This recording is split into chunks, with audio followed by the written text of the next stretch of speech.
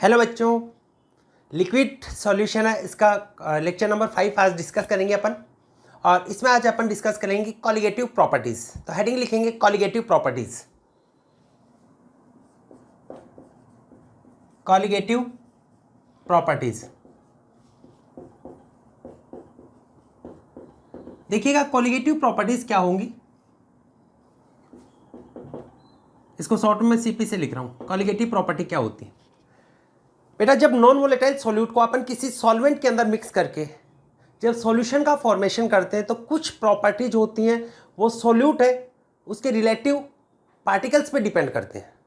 यानी some property depends on relative number of solute particles, not on nature of solute particles, are known as colligative property. यानी बेटा क्या बताया आपको, जब नॉन वोलेटाइल सॉल्यूट को सॉल्वेंट में डिजोल्व करके सॉल्यूशन बनाते हैं तो कुछ प्रॉपर्टी है वो सॉल्यूट है उसके पार्टिकल्स के नंबर पे डिपेंड करती है, उसके नेचर पे डिपेंड नहीं करती। और नंबर पे डिपेंड करने वाली इन प्रॉपर्टीज का नाम होता है colligative properties.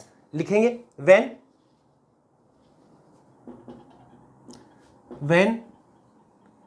A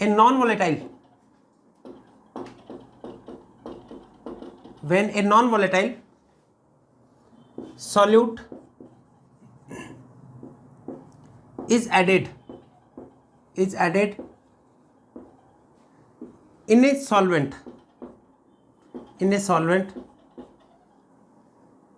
then obtain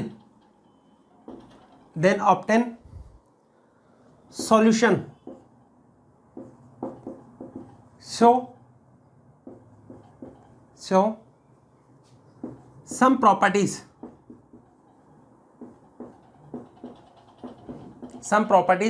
which depends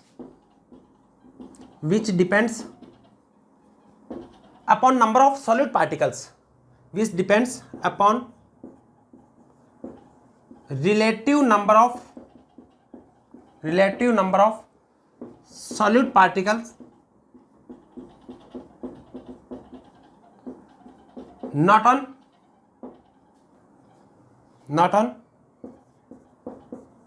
nature of solute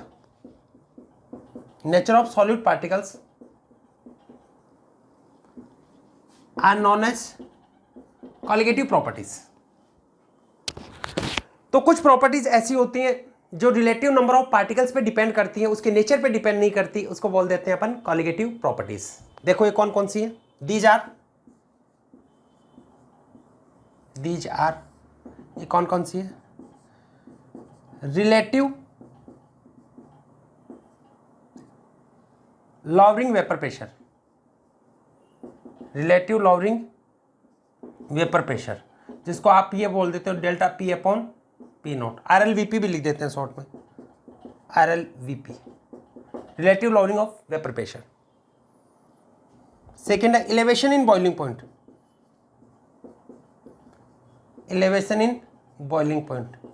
delta TB। Third है depression in freezing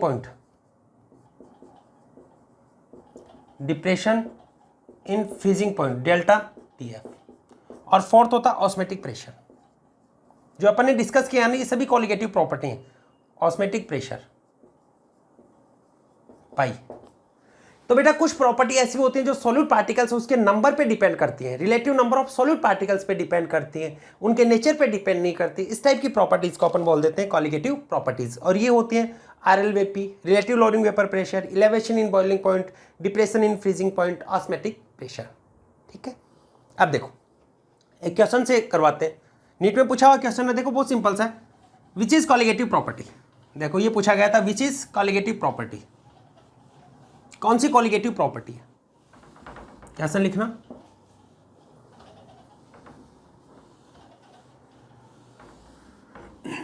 which is colligative property.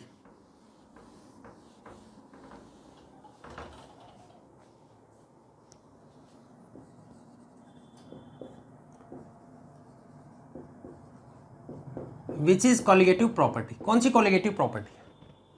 तो पहला बताने, ऑप्शन लिखना, boiling point, freezing point, vapour pressure और फोर्थ था ऑस्मेटिक प्रेशर।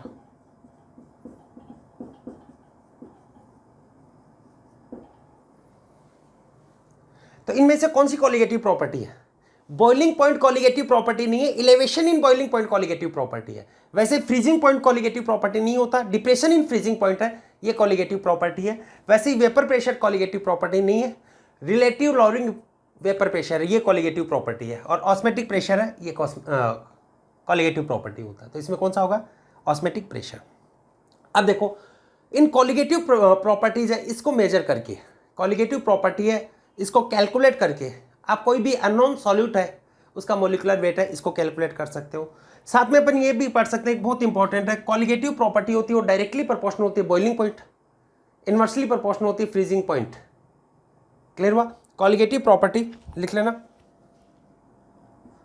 ये बता देता हूं, more colligative property less vapour pressure, less freezing point and more boiling point. ये बेटा वेरी इंपॉर्टेंट, कॉलिगेटिव प्रॉपर्टी ज्यादा होगी तो वहां पर वेपर प्रेशर है वो कम होगा, फ्रीजिंग पॉइंट है वो भी कम होगा, लेकिन बॉइलिंग पॉइंट है वो ज्यादा होगा। तो ये लिख सकते हो कॉलिगेटिव प्रॉपर्टी है वो डायरेक्टली प्रोपोर्शनल होता है boiling point, colligative property inversely proportional होता है वेपर प्रेशर और इनवर्सली प्रोपोर्शनल होता है freezing point. And by measuring colligative property molecular weight of non volatile solute can be calculate. कोई भी अननोन नॉन वोलेटाइल सॉल्यूट आपने डाला तो उसका मॉलिक्यूलर वेट कैलकुलेट कर सकते हैं। इन सब को अपन डिटेल में अभी पढ़ेंगे, नोट कीजिए इसको।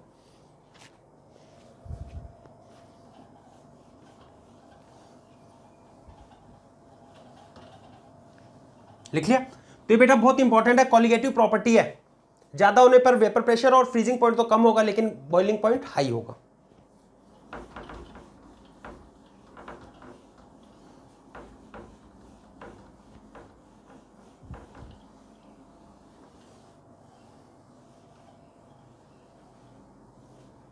लिखिएगा, by measuring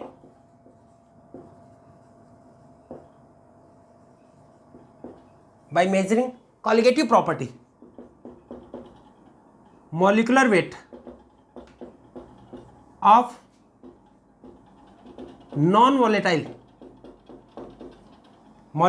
of non volatile solute can be measured. By measuring colligative property, molecular weight of non-volatile solute can be measured. Colligative property है, इसको आप मेजर करके नॉन वोलेटाइल सॉल्यूट है उसका मॉलिक्यूलर वेट है ये कैलकुलेट कर सकते हैं। For this purpose osmotic pressure is best.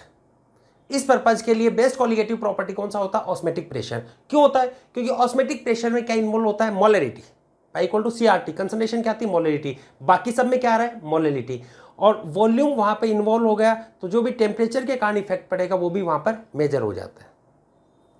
लिखो, for this purpose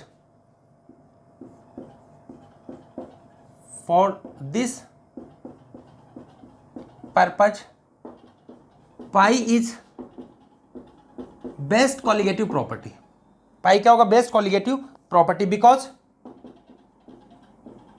because it involves temperature, because it involves temperature। तो इसके अंदर टेम्परेचर इन्वॉल्व होता है क्योंकि आप क्या है, कंसंट्रेशन टर्म कौन सी आ रही है? मोलरिटी। मोलरिटी क्या होता है? Mole of solute present in 1 litre solution. Volume आ रहा है तो वहां पर जो भी टेम्परेचर के कारण वेरिएशन आएगा वो भी ये मेजर कर लेता है। तो बेस्ट कॉलिगेटिव प्रॉपर्टी कौन सी होगी? Osmotic pressure. क्लियर हो गया? और इससे अपन मैक्रोमोलिक्यूल्स है उसका मोलिकुलर वेट कैलकुलेट कर सकते हैं, जैसे हीमोग्लोबिन है, पॉलीमर्स है, इन सब का किसे कैलकुलेट करते हैं? जनरली पाई से। लिखो,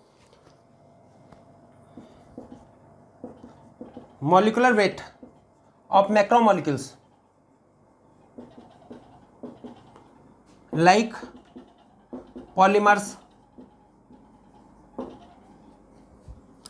पॉलीमर, हीमोग्लोबिन और chlorophyll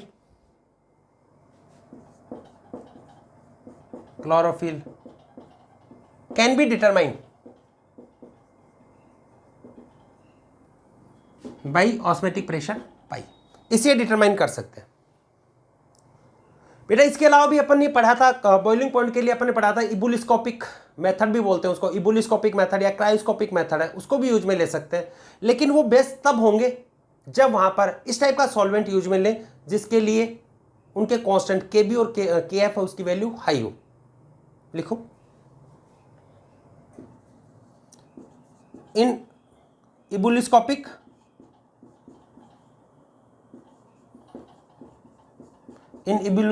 and cryoscopic method for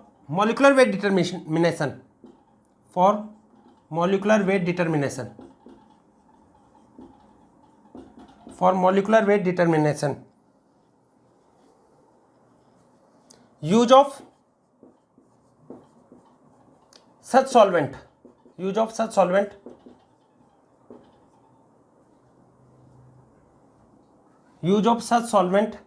is suitable which have high value of Kb and Kf।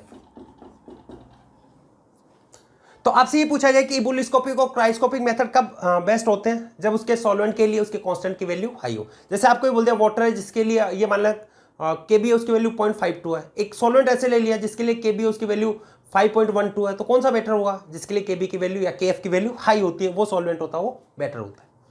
तो अपन बेटा पढ़ रहे कॉलिगेटिव प्रॉपर्टी। तो कॉलिगेटिव प्रॉपर्टीज वो प्रॉपर्टी होती हैं जो सॉल्यूट पार्टिकल्स है उसके रिलेटिव नंबर पे डिपेंड करती हैं, उसके नेचर पे डिपेंड नहीं करते, उनको बोल देते हैं कॉलिगेटिव प्रॉपर्टीज। कौन कौन सी होती है? Relative lowering vapour pressure, elevation in boiling point, depression in freezing point and osmotic pressure. और इनका यूज किसके लिए कर सकते हैं? मॉलिक्यूलर वेट डिटर्मिनेशन में। और मॉलिक्यूलर वेट डिटर्मिनेशन में बेस्ट कौन सा होता है? बेस्ट कॉलिगेटिव प्रॉपर्टी होती है ऑस्मेटिक प्रेशर, क्योंकि इसके अंदर टेम्परेचर इन्वॉल्व होता है। और मैक्रोमोलिक्यूल्स जैसे पॉलीमर, हीमोग्लोबिन, इन सबको अपन किससे इसका मॉलिक्यूलर वेट कैलकुलेट करते हैं? पाई से। इबुलिस्कोपिक और क्रायोस्कोपिक मेथड है, इसको भी यूज में ले सकते हैं। बेटर ये कब होता है, मोर सुटेबल ये कब होता है? जब Kb और Kf की वैल्यू इनके लिए हाई हो।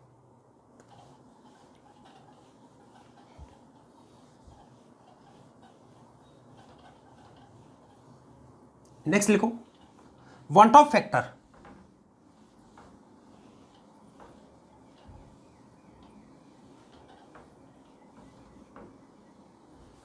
Want Hoff factor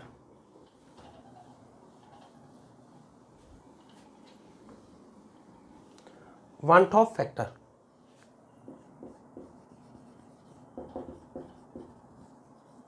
want Hoff factor इसको किससे रिप्रेजेंट करते हैं अपन? आई से। इससे रिप्रेजेंट होता है number of particles after dissociation और एसोसिएशन। ये किसके लिए यूज होता है? टू रिप्रेजेंट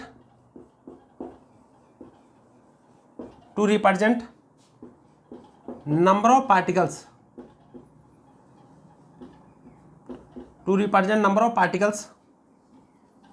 आफ्टर डिसोसिएशन और एसोसिएशन। डिसोसिएशन और एसोसिएशन के बाद में पार्टिकल्स है उसके नंबर को रिप्रेजेंट करता है।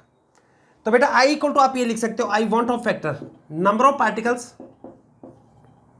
Particles after dissociation oblique association upon number of particles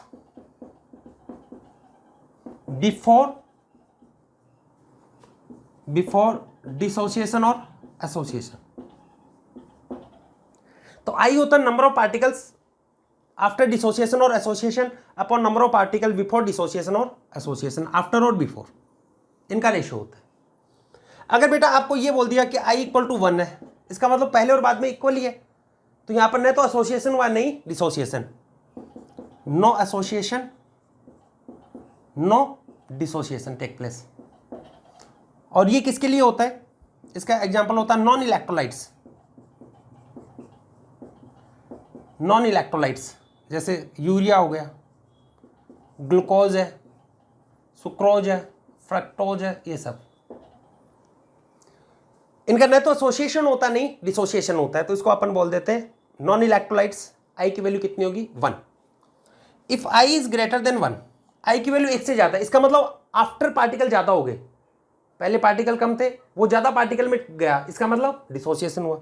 तो आई इज ग्रेटर देन 1 तो क्या होगा यहाँ पर, डिसोसिएशन टेक प्लेस।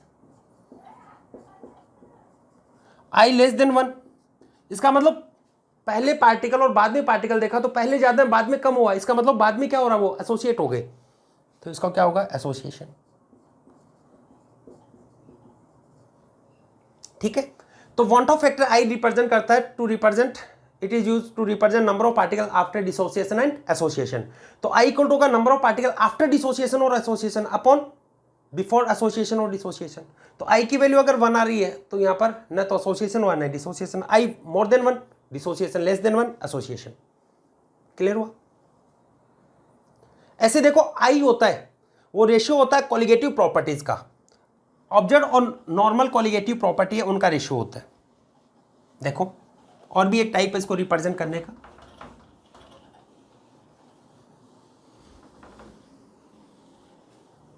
तो देखो i equal to ratio of colligative property, colligative property observe upon colligative property theoretical, इन दोनों का रेशियो होता है। ऑब्जर्व और थ्योरेटिकल इन दोनों का रेशियो है, observe colligative property upon theoretical colligative property.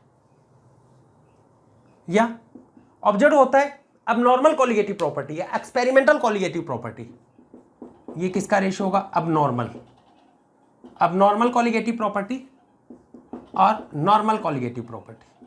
और बेटा आपको एक चीज बता देते हैं, कॉलिगेटिव प्रॉपर्टी इनवर्सली प्रोपोर्शनल होता है मॉलिक्यूलर वेट ऑफ सॉल्यूट। याद करो, किसी को भी देख लो आप, जैसे आपने ये पढ़ा था elevation in boiling point delta TB, तो यहाँ पे क्या आया था, केबी इंटू मोलेलिटी था ना, मोलेलिटी क्या होता है, मोल ऑफ सॉल्यूट क्या होता है, given weight upon molecular weight, mass of solvent in gram then multiply by 1000। तो मॉलिक्यूलर वेट क्या है, डेल्टा टीबी तो कॉलिगेटिव प्रॉपर्टी है, ये तो कॉलिगेटिव प्रॉपर्टी है और ये मॉलिक्यूलर वेट है, तो दोनों क्या होगा, एक दूसरे के इनवर्स। कैसे भी देख लो, मोलेलिटी में ऐसा होता है, ऐसे मोलेलिटी में होता है mole of solute upon volume of solution, तो मोल क्या होता है, given weight upon molecular wait. तो कॉलिगेटिव प्रॉपर्टी है और मॉलिक्यूलर वेट ये दोनों एक दूसरे के इनवर्स होते हैं। क्लियर है? तो आप यहां पे लिख सकते हो equal to molecular weight theoretical upon molecular weight observe. ठीक है, या मॉलिक्यूलर वेट में भी लिख सकते हो अब नॉर्मल और नॉर्मल। मॉलिक्यूलर वेट अब नॉर्मल मतलब अब नॉर्मल तो क्या होता है ऑब्जर्व, और नॉर्मल कौन सा होता है, थ्योरेटिकल। तो यहां पर मैं कॉलिगेटिव प्रॉपर्टी के रेस्पेक्ट में ये बता देता हूं, या मॉलिक्यूलर वेट है, मैं ये मान लेता हूं मॉलिक्यूलर वेट थ्योरेटिकल मान लिया, तो थ्योरेटिकल क्या होगा, विदाउट थ्योरेटिकल तो बेटा जो होगा विदाउट आपको जो भी दे रखा होगा उसको मान लो। चलो मैं कॉलिगेटिव प्रॉपर्टी से इसको रिलेट कर देता हूं, ऑब्जर्व है वो आपको गिवन मिलता है। तो कॉलिगेटिव प्रॉपर्टी है वो दो टाइप की है, नॉर्मल और दूसरा होगा अब नॉर्मल। नॉर्मल तो कौन सा होगा, थ्योरेटिकल। थ्योरेटिकल कौन सा होता है, विदाउट एसोसिएशन ऑब्लिक डिसोसिएशन, बिना एसोसिएशन और डिसोसिएशन के।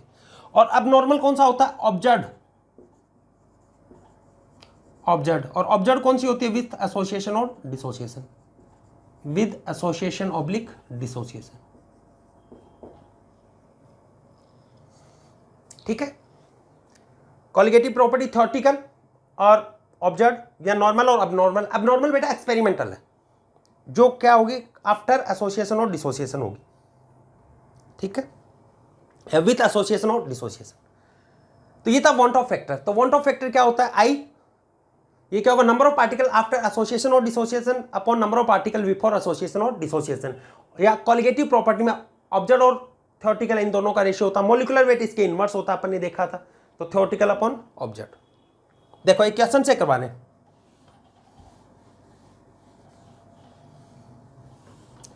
लिखोगे नॉर्मल एंड अबनॉर्मल। कैसे लिखो, normal and abnormal osmotic pressure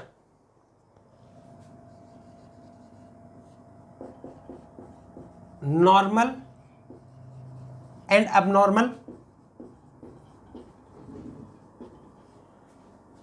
osmotic pressure are 2 and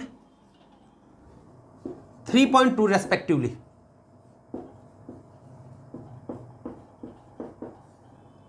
2 और 3.2 respectively. Calculate the want of factor I. Want of factor I calculate करना है. तो आपको बताया ऑस्मेटिक प्रेशर है, ये कॉलिगेटिव प्रॉपर्टी होता है और आई की टर्म में आई क्या होता है, अब नॉर्मल कॉलिगेटिव प्रॉपर्टी और नॉर्मल कॉलिगेटिव प्रॉपर्टी इनका रेशियो. अब नॉर्मल कितना है, थ्योरेटिकल कितना आपका 3.2 और ये कितना होगा 2, तो कितना होगा 1.6. ठीक है, इसको डिग्री ऑफ डिसोसिएशन से रिलेट करते हैं. Relation between Van't Hoff factor i and degree of dissociation और एसोसिएशन अल्फा. मैं रिलेट कर रहा हूं relation between i and alpha. I और अल्फा के बीच में रिलेशन बता रहा हूं. आई तो क्या हो गया वांट ऑफ फैक्टर, अल्फा इसकी डिग्री ऑफ डिसोसिएशन और एसोसिएशन को रिप्रेजेंट करती है. तो ये फॉर्मूला होता है i equal to 1 plus n-1 into alpha,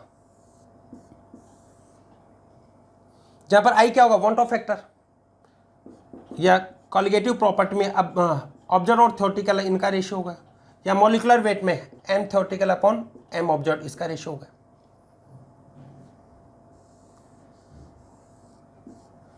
alpha alpha होता है डिग्री ऑफ डिसोसिएशन और association, degree of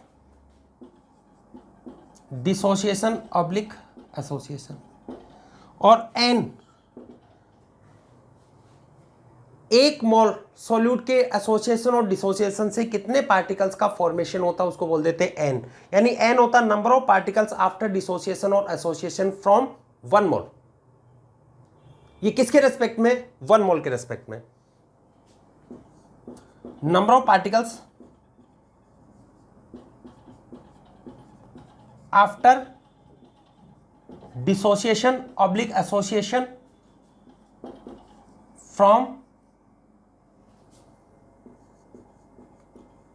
1 mole solute. ये इंपॉर्टेंट है बेटा, इस पे स्टार बना लो. 1 मोल सॉल्यूट है, उसके एसोसिएशन और डिसोसिएशन के बाद में कितने पार्टिकल्स का फॉर्मेशन होता है वो आपका क्या होगा, डिग्री ऑफ डिसोसिएशन या एसोसिएशन. तो आई का रिलेशन अल्फा के साथ होता है i equal to 1 plus n-1 into alpha. कर लिया, नोट कीजिए, लिखो आगे. चलो क्वेश्चन करवाते हैं इसके कुछ, उसके बाद में आगे फिर से इसको आई और कॉलिगेटिव प्रॉपर्टी को अब रिलेट करेंगे अपन.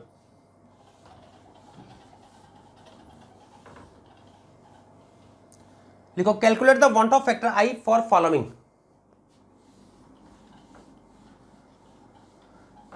Calculate the want Hoff factor I for followings.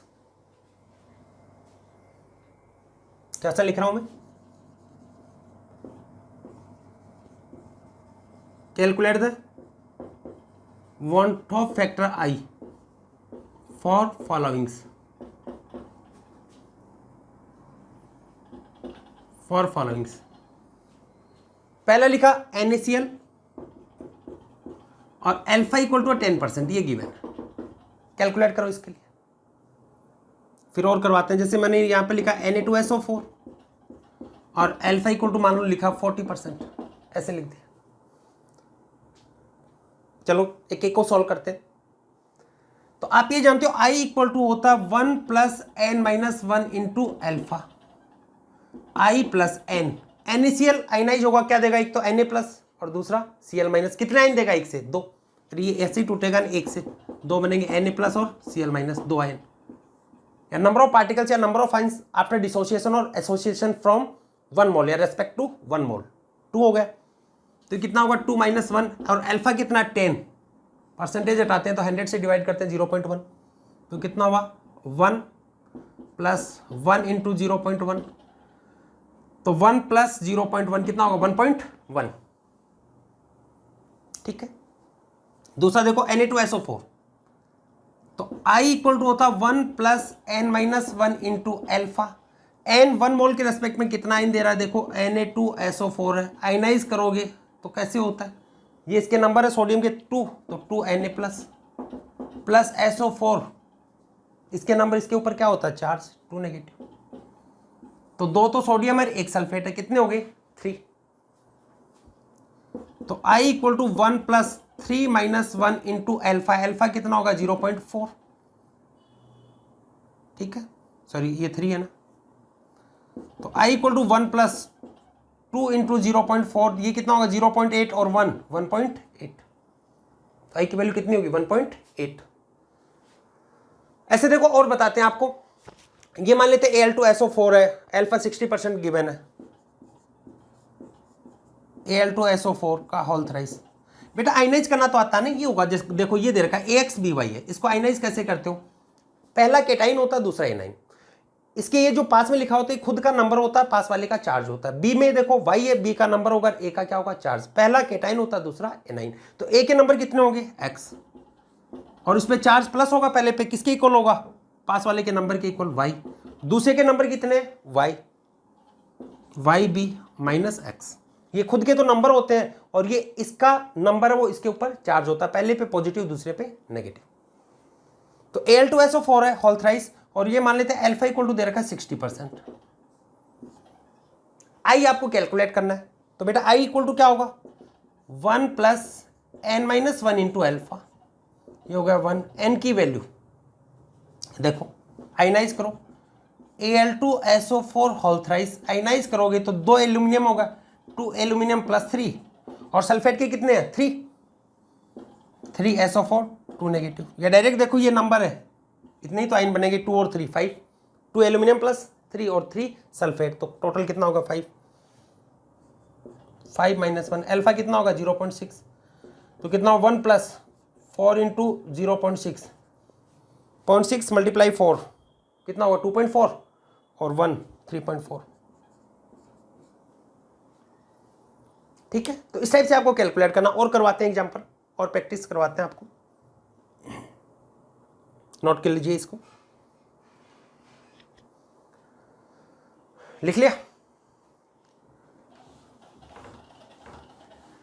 Next लिखेंगे K2HgI4 नेस्लर रिएजेंट, फॉर लिखना K2HgI4,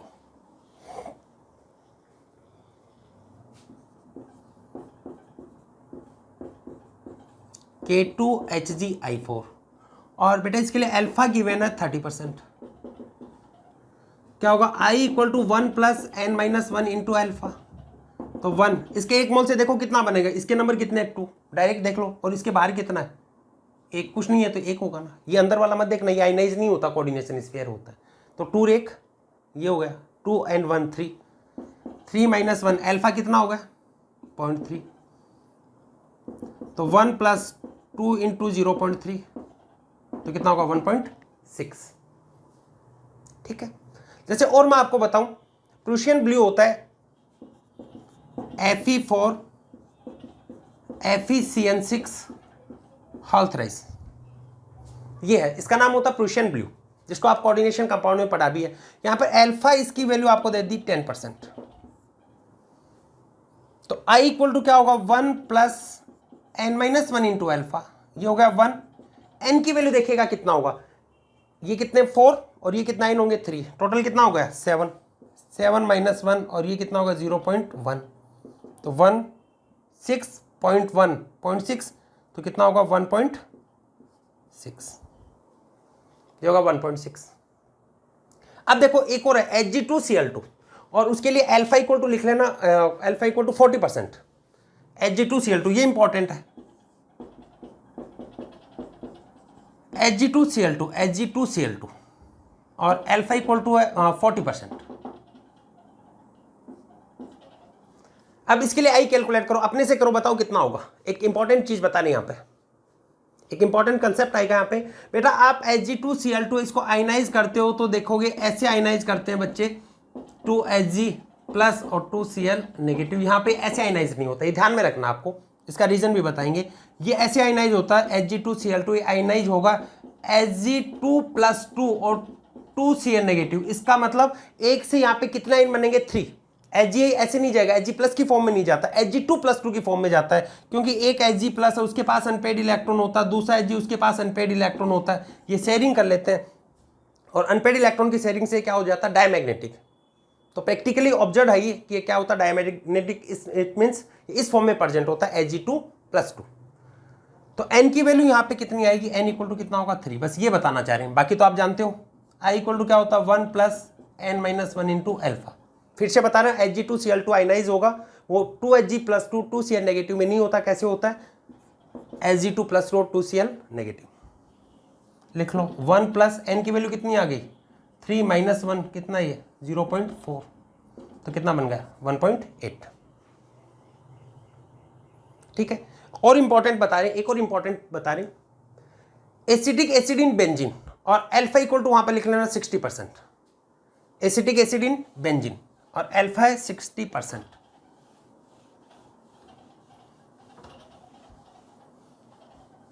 देखिएगा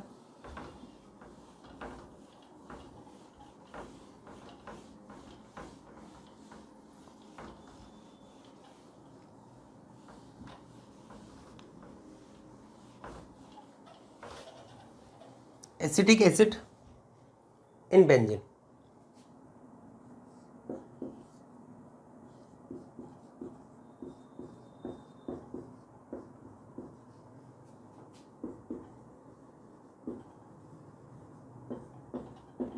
और अल्फा इक्वल टू यहां पे लिखेंगे 60%।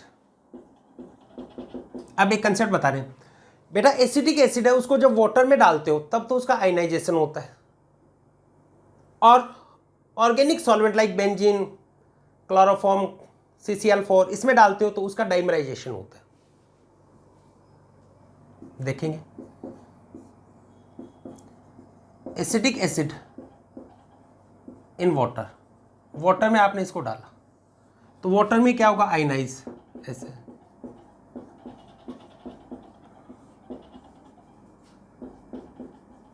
CH3COO negative plus H plus. Acetic acid in organic solvent, तो यहां पे तो क्या होगा वाटर के अंदर, तो इसका ionization, ionization. Acetic acid in organic solvent like CCl4, chloroform, benzene, तो यहां पर क्या होगा, डाइमर फॉर्मेशन होता है, डाइमराइजेशन, डाइमर का फॉर्मेशन होता है। इसका मतलब देखो यहां पे क्या होगा, दो एसिटिक एसिड है वो मिलकर क्या कर लेंगे, डाइमर बना लेंगे, इसका डाइमर। कैसे बनता है डाइमर, चलो ये भी मैं बता देता हूं। हाइड्रोजन बॉन्डिंग होती है इसमें, कैसी होगी देखो, CH3 C double bond O और OH, ये एसिटिक एसिड है। ऐसे दूसरा C double bond O OH CH3, EN के डिफरेंस है, यहाँ पर पार्शियल पॉजिटिव और नेगेटिव चार्ज आएगा, इस पे नेगेटिव इस पे पॉजिटिव, तो यहाँ पर क्या होगा, H बॉन्डिंग होगी। ये डाइमर बना लिया, तो दो मॉलिक्यूल ने मिलकर क्या किया, एक मॉलिक्यूल का फॉर्मेशन किया। अब देखो I इक्वल टू अपन ये जानते हैं, I इक्वल टू होता है 1 + n-1 इंटू अल्फा। बेटा ये बहुत इंपॉर्टेंट है, ध्यान रखना। अगर वाटर के अंदर डाला जाए, इसको वाटर में डालोगे तो n की वैल्यू 2 से कितना बन रहा है, 1 से सॉरी कितना बन रहा है, 2 बन रहा है, तो n की वैल्यू कितनी होगी 2, और यहाँ पे 2 से कितना बन रहा है 1, तो 1 के रेस्पेक्ट में कितना हो गया, हाफ, तो यहाँ पर 2 से कितना बन रहा है 1, तो 1 के रेस्पेक्ट में कितना होगा 1/2, और 1 के रेस्पेक्ट में जो होता है ना वही होता है n 1/2। तो I equal to 1 + n-1 into alpha, तो I इक्वल टू 1 + n की वैल्यू कितनी होगी, हाफ, हाफ क्या होता है 0.5 लिख देता हूँ, -1। अल्फा कितना परसेंट है, 60%, तो ये कितना होगा 0.6, तो कितना होगा I इक्वल टू 1 + 0.5 और 0.6 -0.5 इंटू 0.6, तो कितना होगा 0.3 हुआ क्या, 0.3, तो I इक्वल टू क्या होगा 1 - 0.3, तो कितना होगा 0.7। तो ध्यान रखना एसिटिक एसिड है, इसको अगर वाटर में डिजोल्व करते हो तब तो इसका आयनाइजेशन होता है, और इसको अगर ऑर्गेनिक सॉल्वेंट में डालते हो तो डाइमराइजेशन होता है। अपना फॉर्मूला है I equal to 1 + n-1 into alpha, और ये अल्फा ये डिग्री ऑफ डिसोसिएशन और एसोसिएशन को बताता है। एन 1 के रेस्पेक्ट में कितना बन रहा है, तो यहाँ पर 2 से 1 बनना, तो 1 के रेस्पेक्ट में कितना हो गया, हाफ। नेक्स्ट लिखो,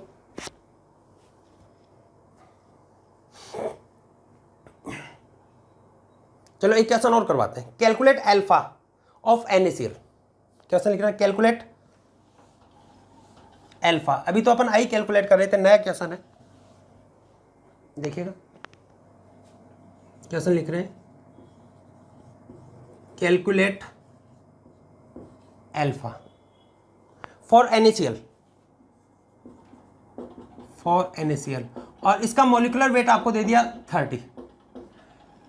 बेटा जो गिवन मॉलिक्यूलर वेट होता है वो कौन सा होता है, ऑब्जर्व होता है।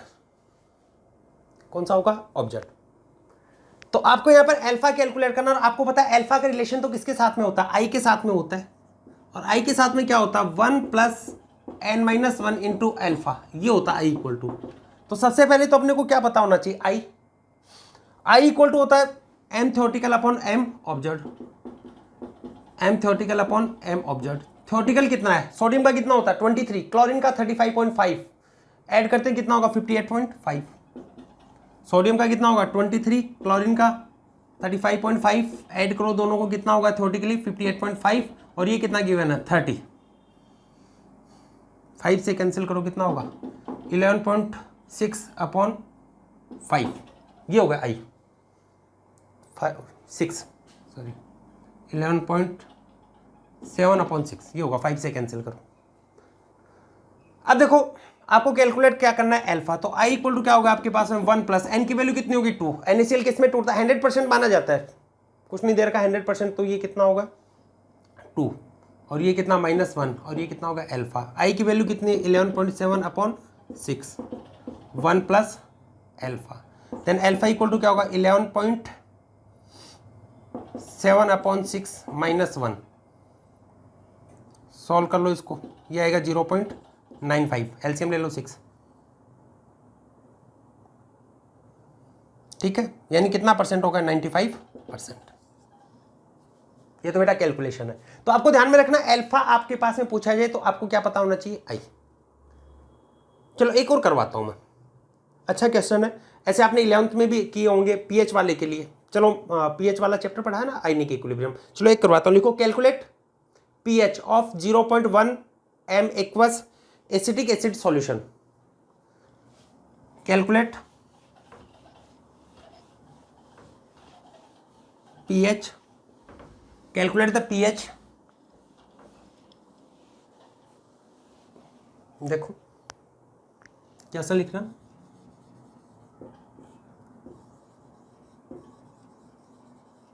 Calculate the pH for 0.1 m aqueous acidic acid solution, और आई की वैल्यू दे रखी है 1.1, ये दे दी। आई गिवन है, अल्फा नहीं गिवन है, आई। और आपको पता है पीएच क्या होता है, minus log concentration of H+ ion. H+ ion है, इसकी माइनस में लॉग वैल्यू होती है, वो पीएच है। अपन ये जानते हैं पीएच इक्वल टू होता है minus log concentration of H+ ion, H+ ion की कंसंट्रेशन। एसिडिक एसिड है, उसको आपने आयनाइज किया, किसमें टूटेगा, एसिटेट आयन में और H+ में। T इक्वल टू 0 टाइम अपन ने मान लिया, इसकी कंसंट्रेशन थी C, तो इसकी कितनी होगी 0 0। आप कोई भी कंडीशन इक्विलिब्रियम या जो भी टाइम है उस पर अपन कंसीडर कर रहे हैं, तो C - ये कितना होगा C अल्फा। ये तो उसका अल्फा क्या होता है, डिसोसिएटेड अमाउंट ए मान लिया अपॉन इनिशियल अमाउंट C, तो dissociated amount A equal to क्या होगा C अल्फा, तो ये होगा C अल्फा। तो ये भी कितना बनेगा C अल्फा, ये भी कितना होगा C अल्फा। तो H+ आयन की कंसंट्रेशन है वो किसके बराबर आ रही है, C अल्फा। C की वैल्यू कितनी है 0.1 कंसंट्रेशन। अब अल्फा कितना आ रहा है वो कैलकुलेट करेंगे, तो अल्फा कैलकुलेट करेंगे तो I इक्वल टू क्या होता है 1 + n-1 इंटू अल्फा। जब भी I दे रखा हो अल्फा कैलकुलेट करना हो तो ये formula I equal to 1 + n-1 into alpha. तो यहां से आप कैलकुलेट करोगे 1.1, ये 1, ये 2 - 1 इंटू अल्फा, तो 1.1 1 + अल्फा, तो अल्फा इक्वल टू कितना होगा 0.1 या 10%। तो अल्फा कितना होगा 0.1, ये होगा 0.1, तो कितना होगा 10⁻²। तो पी एच इक्वल टू क्या होगा minus law concentration of H plus sign 10⁻²। 2 पहले गया तो पी एच इक्वल टू कितना होगा 2, -2 है पहले आएगा तो प्लस लॉग 10 की वैल्यू कितनी होती है 0, यानी 10 की जो नेगेटिव पावर होती है वही क्या होती है पीएच। तो पीएच कितना आ गया 2। तो ये ध्यान रखना आई और अल्फा में एक रिलेशन बनाया, आपको प्रैक्टिस करोगे तो ये सारी चीज आपको आएंगी। अब आपने यहां पर वॉन्ट ऑफ फैक्टर इन्वॉल्व कर लिया, तो अब वॉन्ट ऑफ फैक्टर इन्वॉल्व करेंगे तो वहां पर आप ये बोल सकते हो कि ये एक कॉलिगेटिव प्रॉपर्टी है। तो उनको कैसे मॉडिफाइड करके लिखेंगे, लिखो इन केस ऑफ एसोसिएशन और dissociation, in case of association और dissociation colligative properties are modified as. कैसे मॉडिफाइड करेंगे उनको लिख रहा हूं मैं।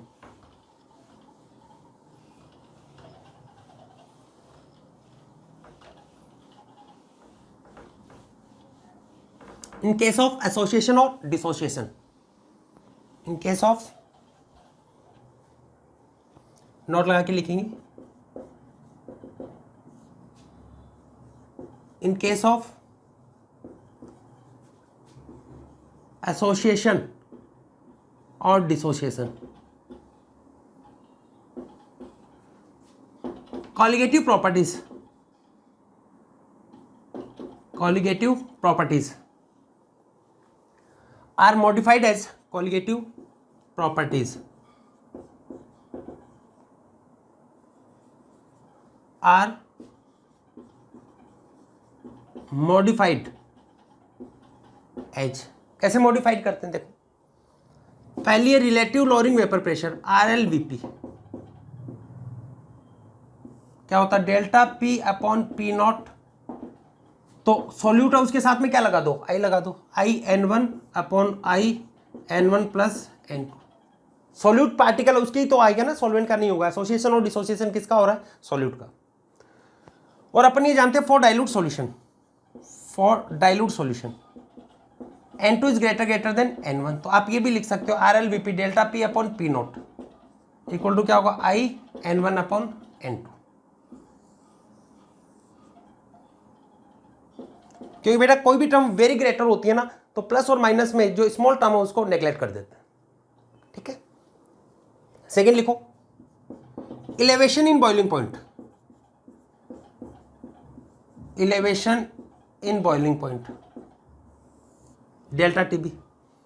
तो डेल्टा TB इक्वल टू क्या होगा I into KB into molality, molality I से मल्टीप्लाई कर देते हैं। थर्ड है depression in freezing point, depression in freezing point. तो डेल्टा TF इक्वल टू क्या लिखोगे I into KF into molality, ये होगा। और बेटा मोलेलिटी क्या होगा mole of solute present in 1 kg solvent. फिर से लिख देता हूं मोल of solute present in 1 kg solvent. बेटा बार बार ये टर्म यूज में ले रहा हूं, फिर एक साथ में इनको पढ़ाऊंगा भी ताकि आपके माइंड में सेट हो जाए, क्योंकि बच्चे यहां पे गलतियां करके आते हैं। तो मोलेलिटी क्या होगा mole of solute N1 upon W2 in kg। Mole क्या होता है given mass upon molecular mass. Mass अगर ग्राम के अंदर है सॉल्वेंट का देन मल्टीप्लाई 1000। ऐसे ही ऑस्मेटिक प्रेशर है, fourth osmotic pressure, osmotic pressure, osmotic pressure इसको पाई से रिप्रेजेंट करते हैं। पाई इक्वल टू यहां पे आप क्या लिखोगे ICRT, I से मल्टीप्लाई करना आपको, ठीक है। और यहां पे जो कंसंट्रेशन होगा C वो किसके अंदर लेते हो आप मोलरिटी, और मोलरिटी में क्या होता है वॉल्यूम, वॉल्यूम में क्या होता है N1 V इन ml में लोगे देन मल्टीप्लाई बाई 1000। यानी मोलरिटी के अंदर तो क्या आता है वॉल्यूम और इसमें क्या आता है मास। और फॉर एक्वस सॉल्यूशन इसको बेटा कैपिटल M से रिप्रेजेंट करते हैं और मोलरिटी को स्मॉल m से। ये क्या होता है capital M for aqueous solution, capital M almost equal to small m। ये दोनों ऑलमोस्ट क्या होते हैं इक्वल। क्लियर हुआ? तो बेटा आपको कहीं पर भी कोलिगेटिव प्रॉपर्टी की बात है तो 4 कोलिगेटिव प्रॉपर्टी होती है, relative lowering vapour pressure, elevation in boiling point, depression in freezing point and osmotic pressure. अलग क्या किया आपने जो भी पढ़ा था उसमें, सिर्फ यहाँ पे मल्टीप्लाइड बाई आई से मल्टीप्लाई किया। आई क्या होता है? वन ऑफ फैक्टर जो एसोसिएशन और डिसोसिएशन के अमाउंट को रिप्रेजेंट करता है। ठीक है, तो ये था बेटा थ्योरेटिकल पोर्शन कुछ आपका कंप्लीट हुआ है और सॉलिड इन लिक्विड अपन पढ़ रहे हैं। तो अभी बेटा मैं आपको इसके न्यूमेरिकल करवाऊंगा नेक्स्ट लेक्चर के अंदर। ऑस्मेटिक प्रेशर इसके ऊपर न्यूमेरिकल करेंगे अपन, और भी आइसोटोनिक वैसे बता दिया, और भी किस टाइप के क्वेश्चन बन सकते हैं उनको भी अपन रिलेट करेंगे।